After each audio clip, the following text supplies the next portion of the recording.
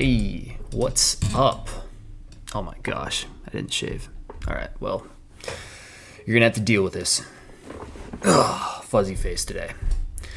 So I got a request to do a kind of like, well, first they mentioned like a whole bullet hell tutorial, but then it kind of run into the same issues of me creating a whole tower defense tutorial like I did. The issue is that people want specific things to go exactly with their tower defense or bullet hell and something. It sounded like you had a really specific idea.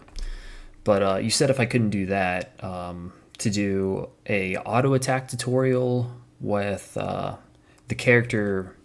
So it seems like two parts. So the auto attack. So have the character just, if it's in the vicinity of the enemy, just shoot out. And I was kind of like thinking like, Vampire Survivors type S thing. But then you also mentioned facing the character that they're attacking while they're auto attacking. So I can do both of those things. I'm going to do it in two parts though. So both parts in this tutorial. Because the second part's kind of easy. So let's do the first thing first. So I'm in the top-down tutorial right now. So when I hit play, if I click, it'll move you around. If you don't like that and you want to use WASD, I have a tutorial that I had for setting up the bullet hell type shooting things. So just go to that. But I'm not going to waste time on that. I'm just going to waste time talking about this, I guess. So let's start by actually creating the enemy, I guess. I don't know. Yeah, well, let's create an enemy of some sort. I am not going to put a whole lot of effort into what these enemies are going to look like. I'm just going to go to blueprint, actor, BP underscore enemy, BP enemy. Just going to do another Manny. So let me get the skeletal mesh for this.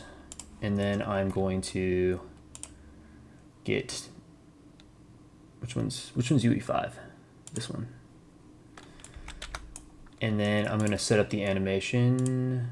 Oops. For no particular reason, just aesthetics. So that's our enemy here. So now let's go into our top-down thing. And by top-down thing, well, let me just put these in the world. Let me put a couple of them in the world so I can show you how you can bounce between them. Let me just do Alt. And I'm going to move them in kind of a different position. And then Alt, drag, makes like a copy of it. Sure. So now let me go into my content, top-down, blueprints, top-down character. And the first thing I want to do here is I want to create the thing that they're going to interact with, or the range of our weapons, whatever thing, the range of our weapons. So let me just do a collision sphere. Would probably look better than a collision box. And I'm just going to scale it up. If I can find... Okay, never mind. Oh, maybe I can do it this way. There you go. I don't know. Okay, I'm having a rough time scaling this for whatever reason. Doesn't really look that big either.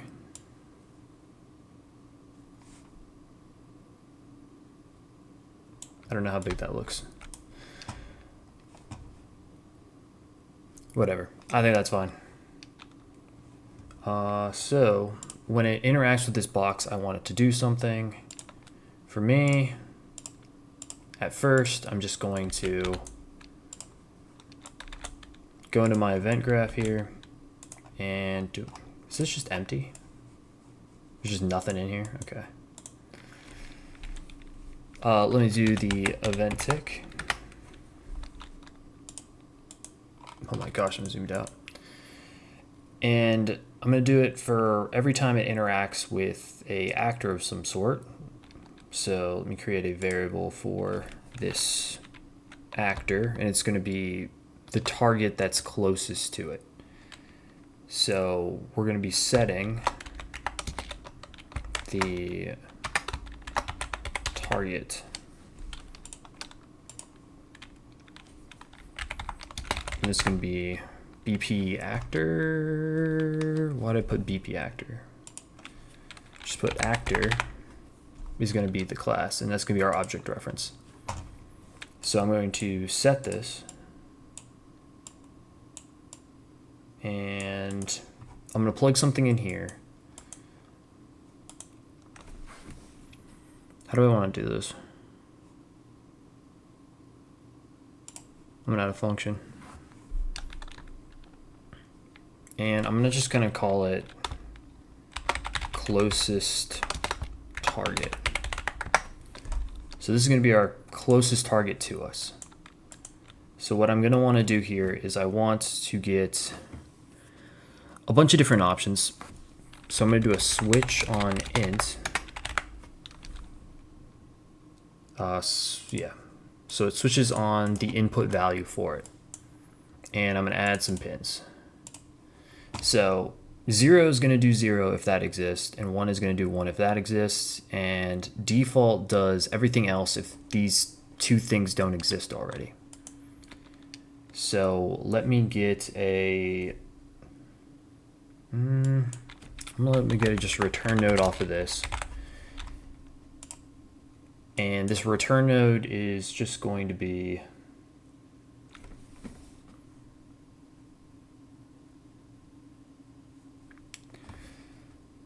I mean, I don't think I have to do anything. So if there's no enemies, then I just don't want it to do anything. So let me do an output of the thing we got for the closest actor. So closest actor.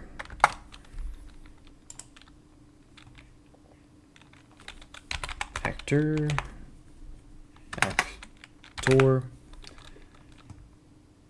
Object reference. And that's going to be...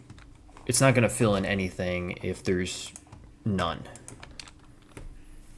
How exactly do I want this to look?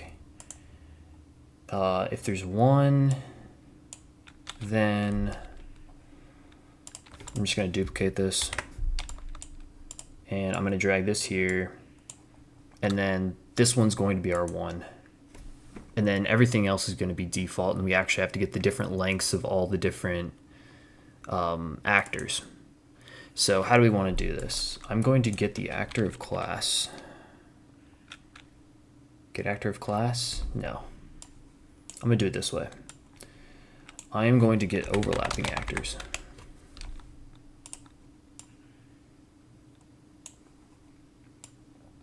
So if there's any actors that are overlapping with this sphere here, the collision box, and let me set the actual thing we're going for. BP enemy.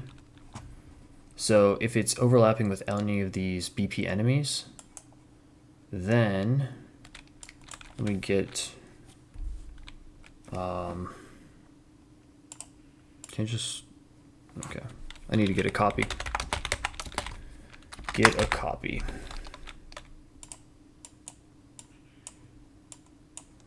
So this is the only one, doesn't matter, that's going to be the closest actor. If we hit default here, so default, we're going to have to do a for each loop to break this apart. I need to connect something here though, but get ends with a little blue thing here. So what you want to do is you want to get a length. That will attach here, and it will determine the number of characters that you're intersecting with. I'm going to just split this. Like, I was playing Satisfactory, so I was just thinking of like a splitter, which is one of the machines in Satisfactory. What was I doing? All right, let me get a for each loop here. For each loop, because what we're doing here is because it's not 0 or 1, we now have to get all the different actors and cycle through them to find out which one is the shortest, because I didn't mention this, did I? I'm going to have it shoot at the shortest length one, the closest one. I don't know why I said that so weird. So we have that.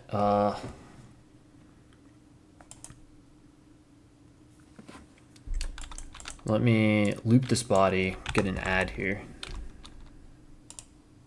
Okay, that's not the type of add I want. I want an array. Add. How do we add array? May have to create the array first. So if I create a local variable here, which only affects within this local space, I'm going to get a local distance here, and this is going to be of type float, and I'm going to array this. So let's grab this.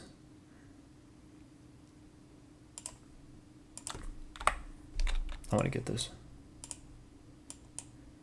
Drag off of here and then add it.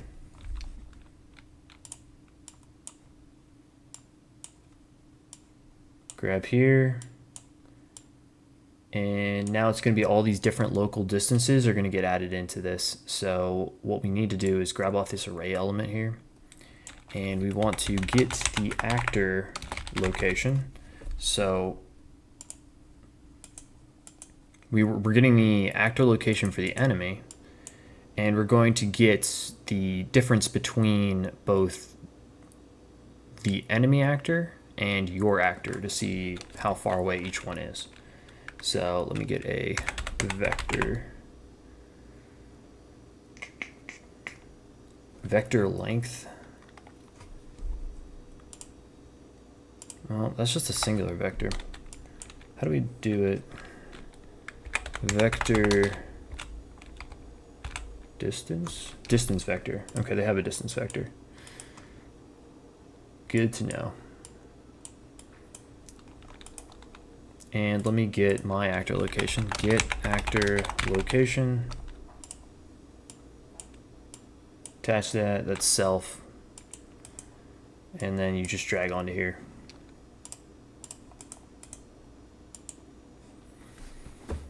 And then on completed here, let me just duplicate this again. You're going to return this node. In this node, we now want to get this local distance. So let me get this local distance. And then we want to get the minimum local distances, because all we did was grab all the distances for now. So we want to get the minimum of float array. And that will get the minimum distance for us for this thing. And we want to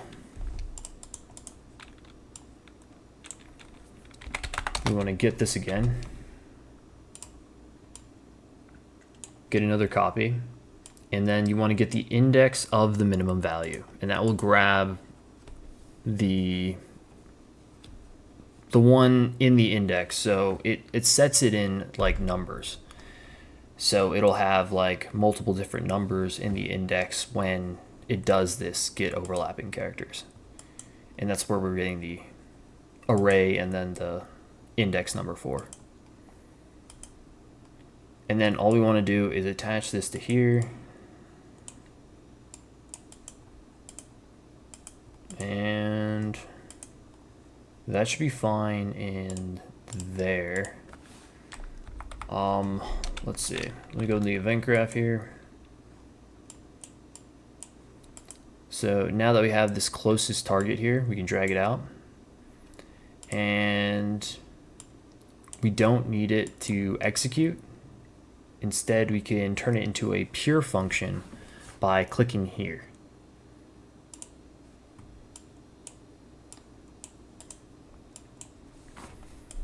And then we can do a is valid for this.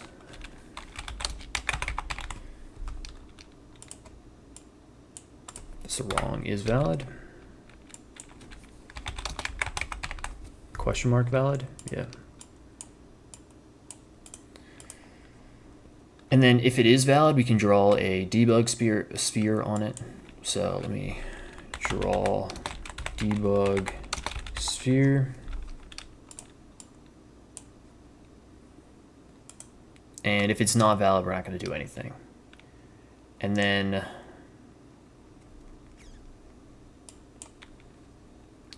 the set target, we want to get that actor location.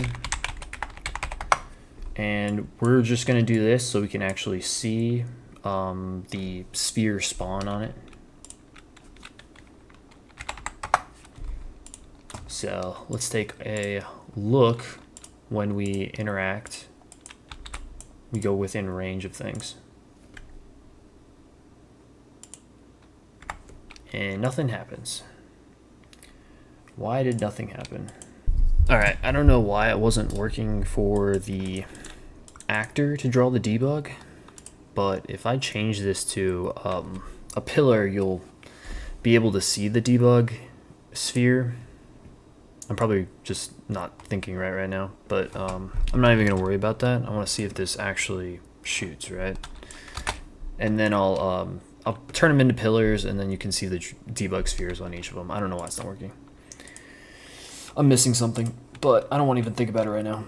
Let me click, let me get our projectile, which is just going to be BP underscore projectile.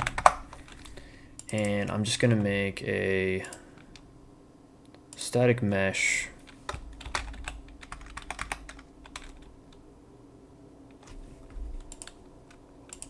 gonna make a static mesh sphere, material sphere.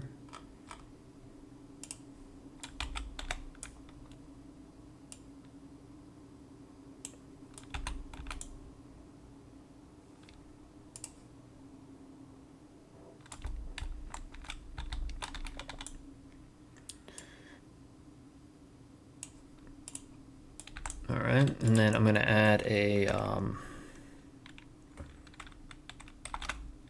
some settings on it. Let me do projectile movement, and I'm gonna set the initial speed and the max speed to 1,000, and I'm going to get rid of gravity. So instead of 1, it's gonna be 0. So let me take a look at our BP character now, because now that we did that, I need to trigger an event that makes it fire. So let me get event begin play, and then let me set a timer by event. Set timer by event.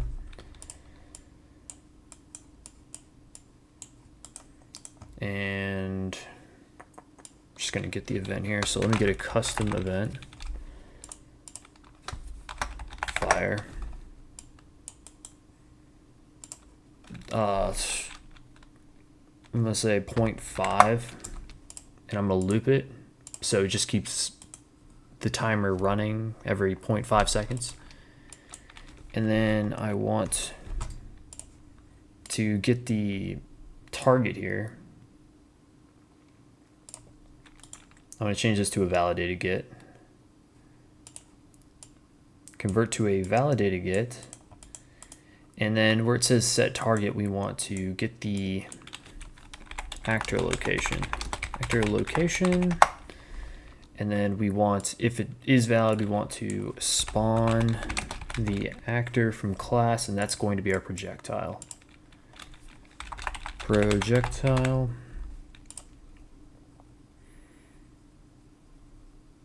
Cool. Let me split this. Let me move all this down. This feels really crunched.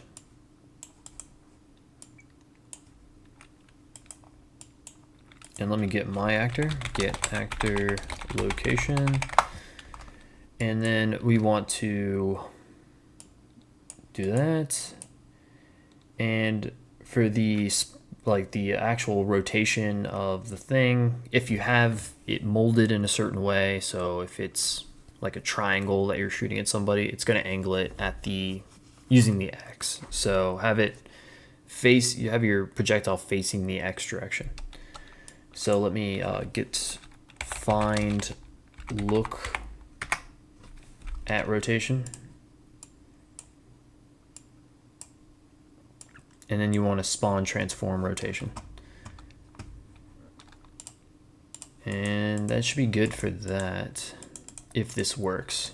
I couldn't manage to get the debug thing in until I changed it to a cube, like a skinny cube. I did that like off screen just a little while ago. And it worked then, so I wanna, maybe I need to do something different to get this debug.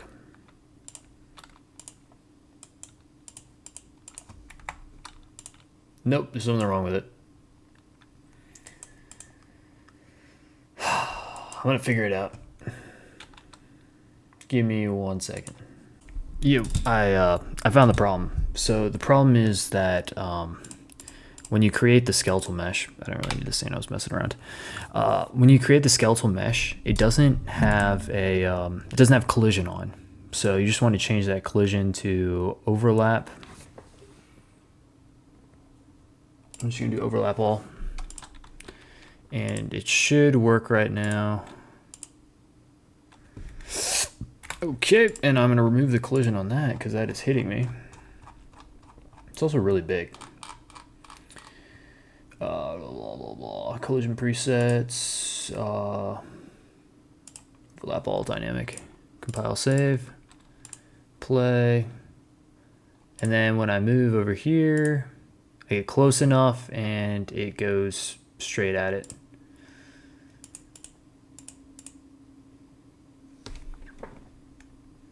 And it's aiming a little bit downward. All you'd have to do would be change the angle at which the thing is firing. All right. Let's go back to this guy. And all right, so just to show you guys how to fix this or set it up to fix it, let me just do 100 here. And let's see if that fixes it. So I'm keeping X and Y the same. X and Y is fine because that's how it is on the thing. It's perfectly good. And then if I hit play, it now goes straight through it. And you can see once I get close enough to a character, it will shift to that character. That being said, I did say I was going to show you how to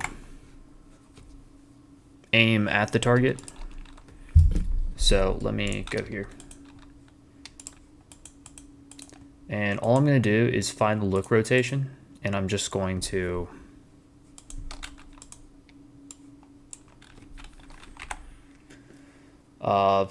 set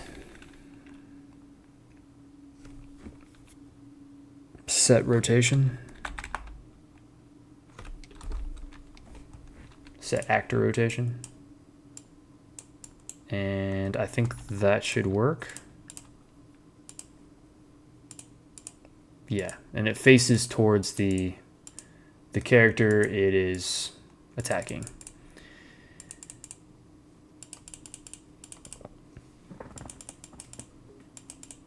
And there you go. That was kind of a little bit of a mess in the center there. Me not even thinking about collision. Always something with me. But yeah, I hope that answered your questions, guy who requested this, and see you in the next one. Bye.